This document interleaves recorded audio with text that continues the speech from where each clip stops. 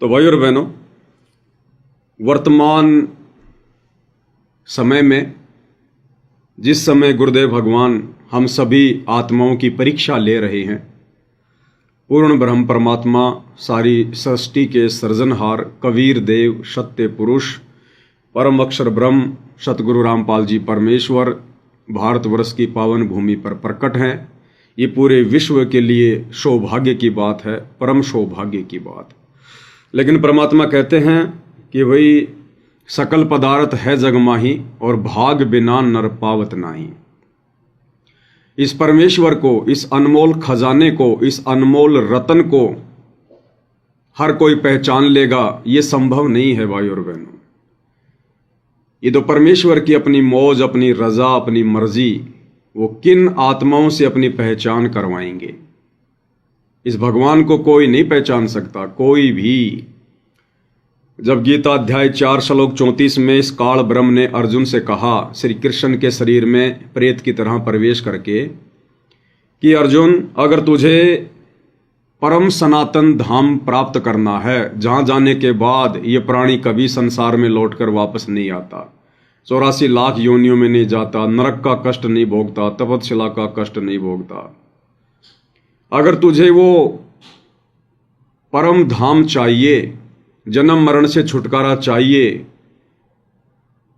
तो गीता अध्याय 4 श्लोक 34 में कहा है कि तू किसी तत्वदर्शी संत की खोज कर ले, उसको भली भांति दंडवत प्रणाम करके प्रसन्न कर, आधीन भाव से हाथ जोड़कर विनम्र होकर जैसा वो कहें फिर तू वैसी भक्ति कर, उनको प्रसन्न कर। और जब वे प्रसन्न हो जाएंगे तो वे तत्वदर्शी संत महात्मा तुझे तत्व ज्ञान का उपदेश देंगे, यानी ज्ञान देंगे और फिर नाम देंगे। उपदेश में नाम और ज्ञान दोनों आ जाते हैं। तब तेरा कल्याण होगा, तब तेरा ये जन्म मरण का दीर्घ रोग कटेगा। अब अर्जुन ने पूछा कि भगवान वो कैसा है, कहां मिलेगा, मैं उसको कैसे पहचानूंगा। तो ब्रह्म ने कहा कि उसकी पहचान बाह्य आडंबर से नहीं की जा सकती। उस तत्वदर्शी संत की, उस महात्मा की पहचान बाहरी दिखावे से नहीं हो सकती। ना उसके सर पे कोई जटा होगी, ना बड़ी बड़ी दाढ़ी मूंछ होगी, ना उसने भगवा पहन रखा होगा, ना गले में रुद्राक्ष की माला होंगी, ना उसने कान चिरवा रखे होंगे, ना हाथ में चिमटा होगा, ना कर कमंडल होगा, ना पैर में खड़ाऊ होंगी।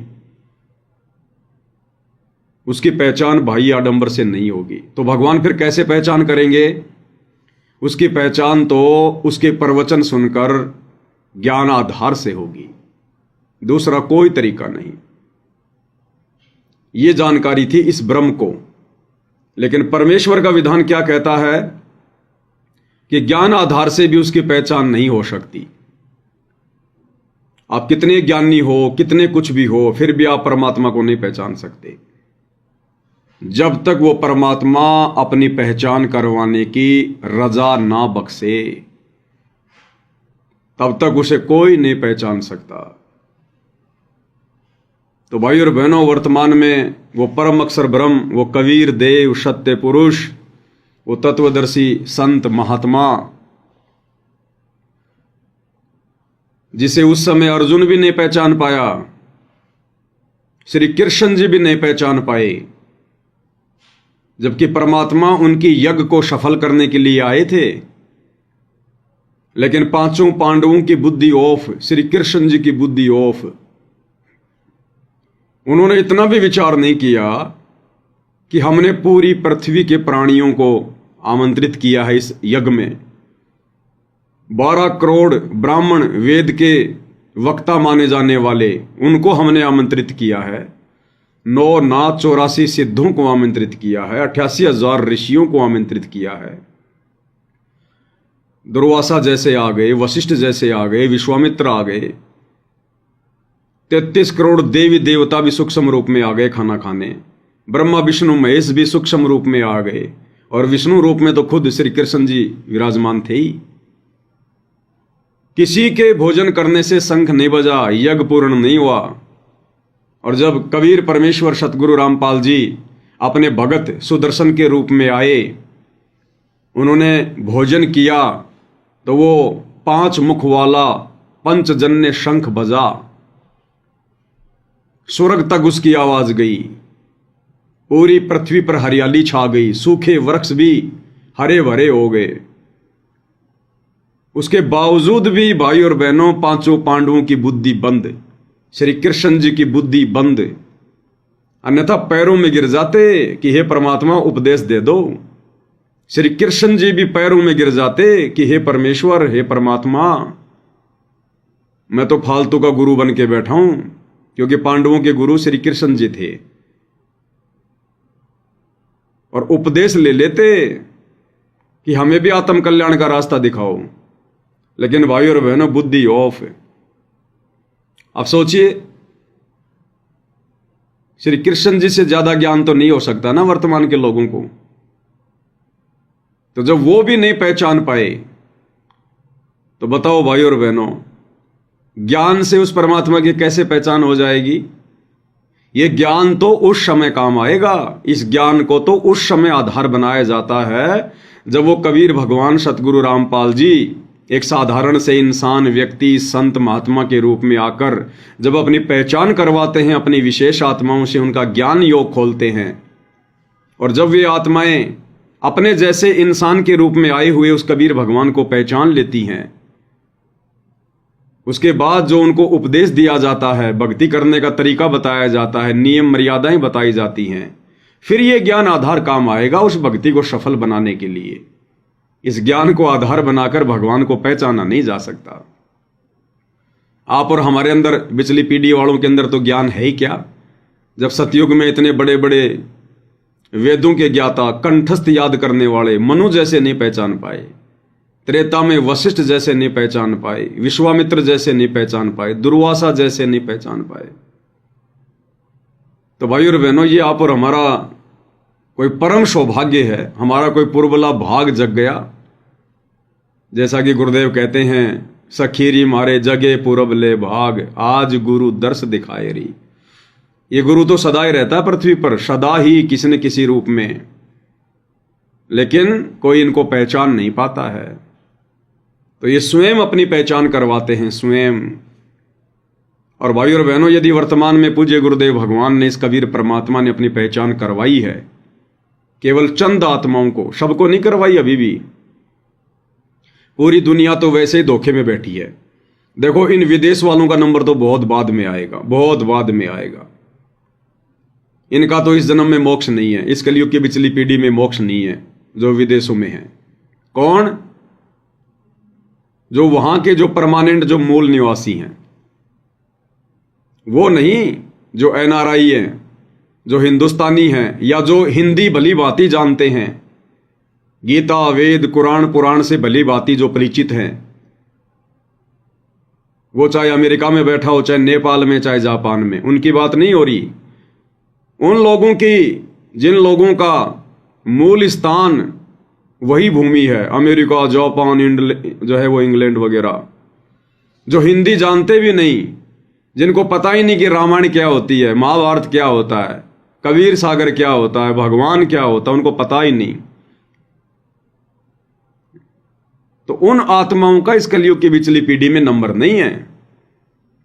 अगर वे आत्माएं पूज्य गुरुदेव भगवान की शरण में आती हैं, तो उनके ऊपर तो केवल परमात्मा नई कलम चढ़ाएगा, केवल भक्ति का बीज डालेगा, और ना जाने फिर कितने युग लगेंगे, कितने जन्म लगेंगे उनको इस स्थिति में आने के लिए, जिस स्थिति में आज आप और हम गुरुदेव के आशीर्वाद से आ चुके हैं। और एक सत्संग में पूज्य गुरुदेव भगवान ने यही समझाया कि पुण्यात्माओं, जो 64 लाख आत्माएं 650 साल पहले परमात्मा से दूर हुई थी अपनी नादानी और अज्ञानता के कारण, अब उन्हीं 64 लाख आत्माओं का नंबर आएगा।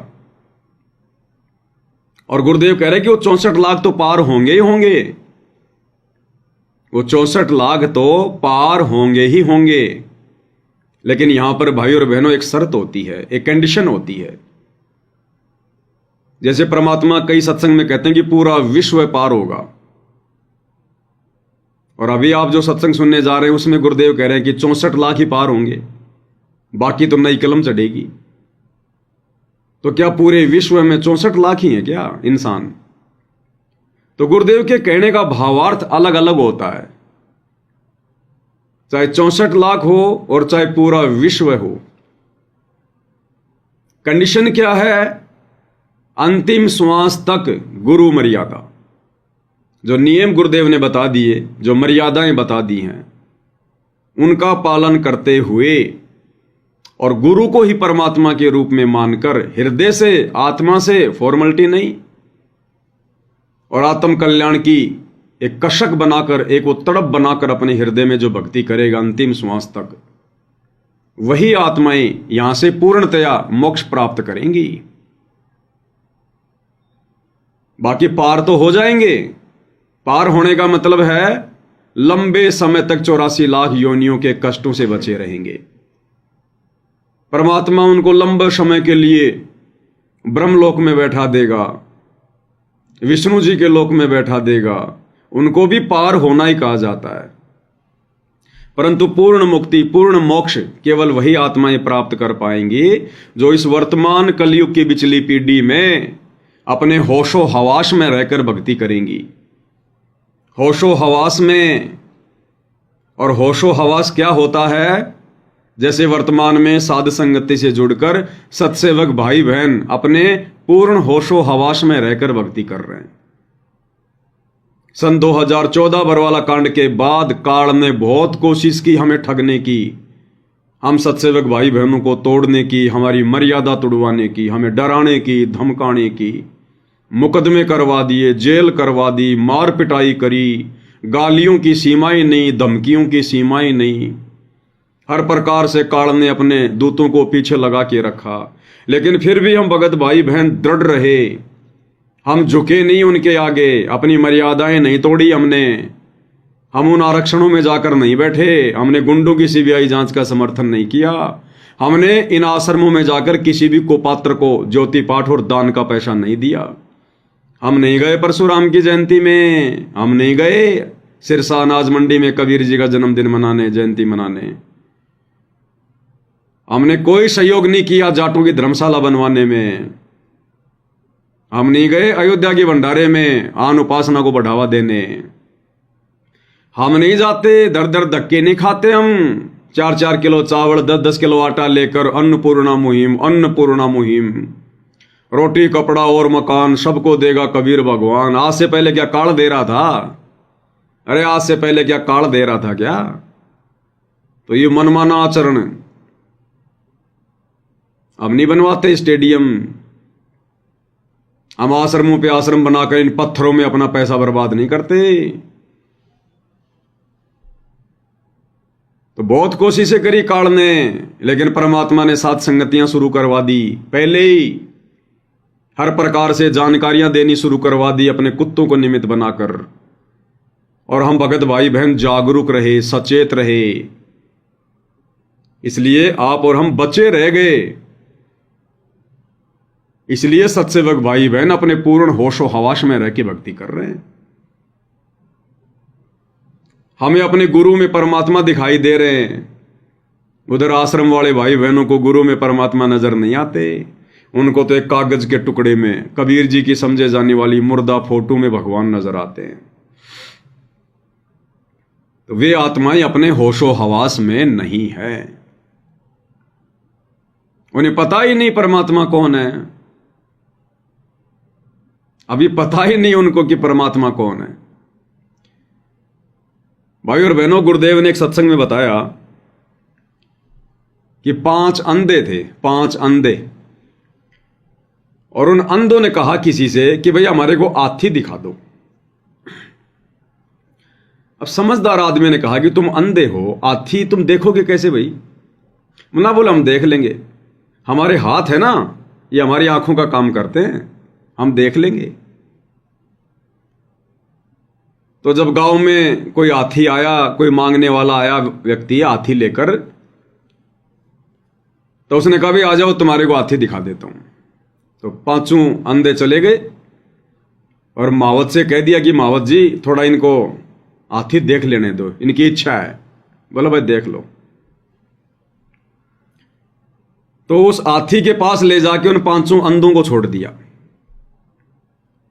अब एक अंधे के तो सूंड हाथ में आ गई, तो उसने तो यूं देखना शुरू कर दिया, यूं नीचे से ऊपर तक सूंड का पूरा एग्जाम निरीक्षण करना शुरू कर दिया। दूसरे के हाथ में उसकी पूंछ आ गई, उसने पूंछ को चेक करना शुरू कर दिया, कितनी लंबी है क्या नहीं है। तीसरे के हाथ में हाथी का कान आ गया, उसने कान को यूं हाथ में फेरना शुरू कर दिया, क्या है जुगाड़ ये। चौथे के हाथ में हाथी का पैर आ गया, उसने यूं बांध गाल गाल के देखना शुरू कर दिया ऊपर से नीचे तक। और एक मेरे जैसा था, उसके हाथ में आ गया हाथी का पेट, उसने यूं हाथी के पेट पे हाथ फेरना शुरू कर दिया कई देर तक। उस व्यक्ति ने कहा भाई देख लिया? हाँ बोले भाई देख लिया। बोले आ जाओ चलो अब झोपड़ी में चलते हैं। चले गए। अब उन 5 सूरदासों से फिर एक व्यक्ति जो है वो टकरा गया, जिस व्यक्ति ने कभी हाथी देखा ही नहीं था। वो हाथी देखने जा रहा था। बोले कहां जा रहा? बोले हाथी देखने जा रहा हूं, हाथी देखने जा रहा हूं। तो बोले हम बता देंगे हाथी कैसा होता है, हमारे को पता हाथी का। बोले तुम बता दो। तो एक सूरदास बोला, जिसके हाथ में हाथी का सूंड आ गया था, उसने देखा बस यो ही हाथी। बोला हाथी लंबी सी पाइप के जैसा होता। बोलो हाथी लंबी पाइप जैसा होता। बोले लंबा सा। तो दूसरा बोला है, बोले झूठ बोल रहा है। दूसरा अंधा बोला झूठ बोल रहा है, हाथी तो थाम के जैसा होता है, पिल्लर के जैसा। जैसे खंबा आता ना मोटा सा बड़ा सा गोल गोल, हाथी तो थाम के जैसा होता है। क्योंकि उसके हाथ में उस समय हाथी का पैर आया था, तो उसने पूरा निरीक्षण कर लिया था कि बस हाथी ऐसा ही होता है। बोला हाथी तो थाम के जैसा होता है, पोल के जैसा।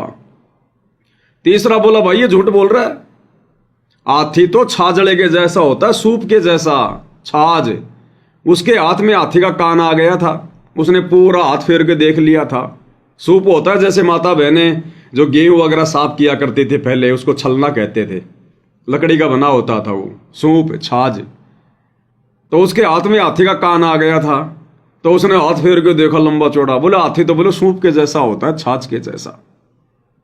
चौथा बोला भाई ये झूठ बोल रहा है, ये झूठ बोल रहा है। बोलो हाथी तो बोला पतली सी रस्सी जैसा होता है, उसके हाथ में हाथी की पूंछ आ गई थी। बोले हाथी तो बोलो रस्सी जैसा होता है, रस्सी जैसा। पांचवा बोला भाई ये चारों झूठ बोल रहे हैं, हाथी तो बोला दीवार के जैसा होता है, दीवार के जैसा। उसके हाथ में हाथी का पेट आ गया था, उसने यूं देखा चारों तरफ। बोला जैसे मड प्लास्टर होता ना, दीवार होती है, बोले वैसा होता हाथी, बिल्कुल ऐसे जो है वो खुरदरा खुरदरा। एक समय कहते हैं 5 अंधे थे, वो कहने लगे भाई हमने कोई हाथी दिखा दे। एक कहने लगा हाथी दिखा दो। भाई तुम देखोगे कैसे कि हम अपने हाथों से काम ले लेते हैं आंखों का। वो कहने लगे अच्छा भाई हाथी तो हम दिखा देंगे। ऐसे कोई गांव में आ रहा था, ऐसे रोटी मांगनी है हाथी के साथ, उसको कह दिया भाई 2 मिनट हट जाए हाथी दिखा दे। वो चारों तरफ वो अंधे छोड़ दिया हाथी गए, अपनी अपनी अनुभूति करने लगे, अपना अपना एक्सपीरियंस उन्होंने देखा कि एक ने तो पैर मिल गए, उन पैरों को नीचे से ऊपर तक खूब अच्छी तरह निरीक्षण करता है। एक का काना का हाथ लग गया, वो कानों के ऊपर से खूब अच्छी तरह उनको देख रहा है कि वो पूछे तो बता दूंगा कैसा होता अच्छी। एक पूछड़ को, एक सूंड को और एक पेट पर का हाथ फेरा। 5 आगे देख कर रास्ते में पूछा कहाँ गए थे सूरदास? कि हाथी देख कर आए हैं भाई। तुमने हाथी देखा कैसे भाई? अगर देखा क्यों हम बता दें पूरा पूरा। अगर बता होता है एक कहता है हाथी होता है थंब जैसा, थंब खंबा नहीं होता, क्योंकि उसने पैरों का निरीक्षण कर रखा था। वो कहता है हाथी थंब जैसा होता है, पिल्लर अनप्लस्टर्ड पिल्लर हो है ना जो, बोला ऐसा होता है। एक बोला ये झूठ बोलता है, हाथी होता है पाइप के सा, वो सूंड पर के हाथ फेर रहा था।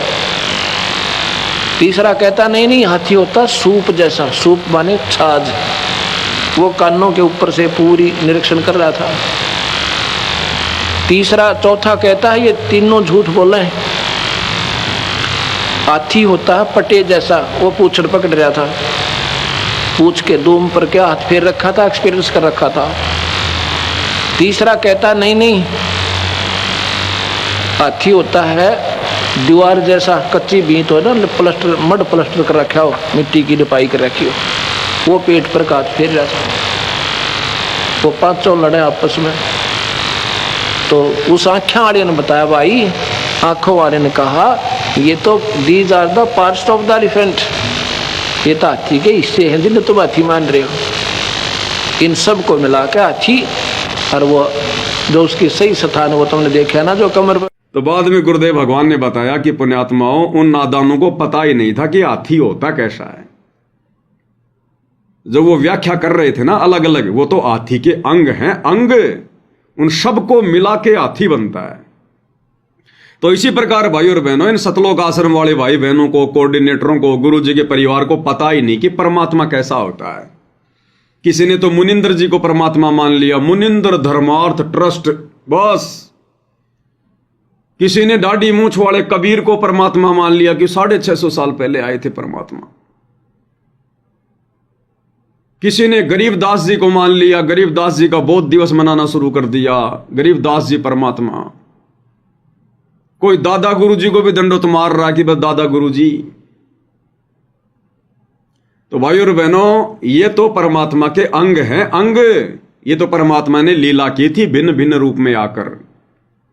इन सबको मिलाकर परमात्मा बनता है, इन सबको मिलाकर। ये तो परमात्मा के अंग हैं, परमात्मा के रूप हैं। ये तो चारों युग में हम पुकारे, कूक कहा हम हेल रे, हीरे मोती माणक बरसे, ये जग चुगता ढेल रे। अब असली परमात्मा कौन है, साक्षात परमात्मा कौन है, अगर जानना है तो सतगुरु रामपाल जी को देख लो। सतगुरु रामपाल जी को देख लो, ये है पूर्ण परमात्मा, आध्यात्मिक हाथी।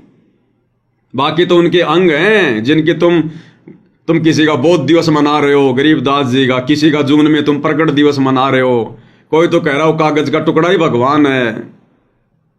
तो ये तो भाई परमात्मा के अंग हैं, इन सबको मिला के हाथी बनता है। और फिर कहते हैं एक के साधे सब सदे, सब साधे सब जाए, और माली सींचे मूल को फले फुले अघाए। उस एक की पूजा करनी पड़ेगी। कोई कान को पकड़ के बैठा है, कोई पैर को पकड़ के बैठा है, कोई सूंड को पकड़ के बैठा है। तो इन आश्रम वाले भाई बहनों को भी नहीं पता अभी तक। इनके दरबार में 5-5 फोटोएं रखी है, 5-5 फोटोएं। उन सूरदासों जैसी हालत है, उन अंधों जैसी हालत है। इनके दरबार में जाके देखना, इस कोने में तो गरीबदास जी वाली फोटो, इस कोने में दाढ़ी मूंछ वाले गरीबदास जी की, इस कोने में दादा गुरु जी की, इस कोने में पंडित चिदानंद जी की, बीच में सतगुरु रामपाल जी की। इनको यही नहीं पता कि परमात्मा है कौन। अरे परमात्मा 5 है क्या? तुम तो उन अंधों से भी गए गुजरे। उन अंधों को कम से कम कोई बताने वाला तो नहीं था। उन अंधों को कोई सतगुरु तो नहीं मिला था, कोई तत्व ज्ञान तो नहीं था। बेचारे आइडिया लगा रहे थे। अरे तुम्हारे को तो सब कुछ बता दिया भगवान ने, फिर भी तुम नहीं पहचान पा रहे कि परमात्मा कैसा होता है, परमात्मा कौन है। तो ये आश्रम वाले भाई बहन भी अपने पूर्ण होशो हवास में नहीं है।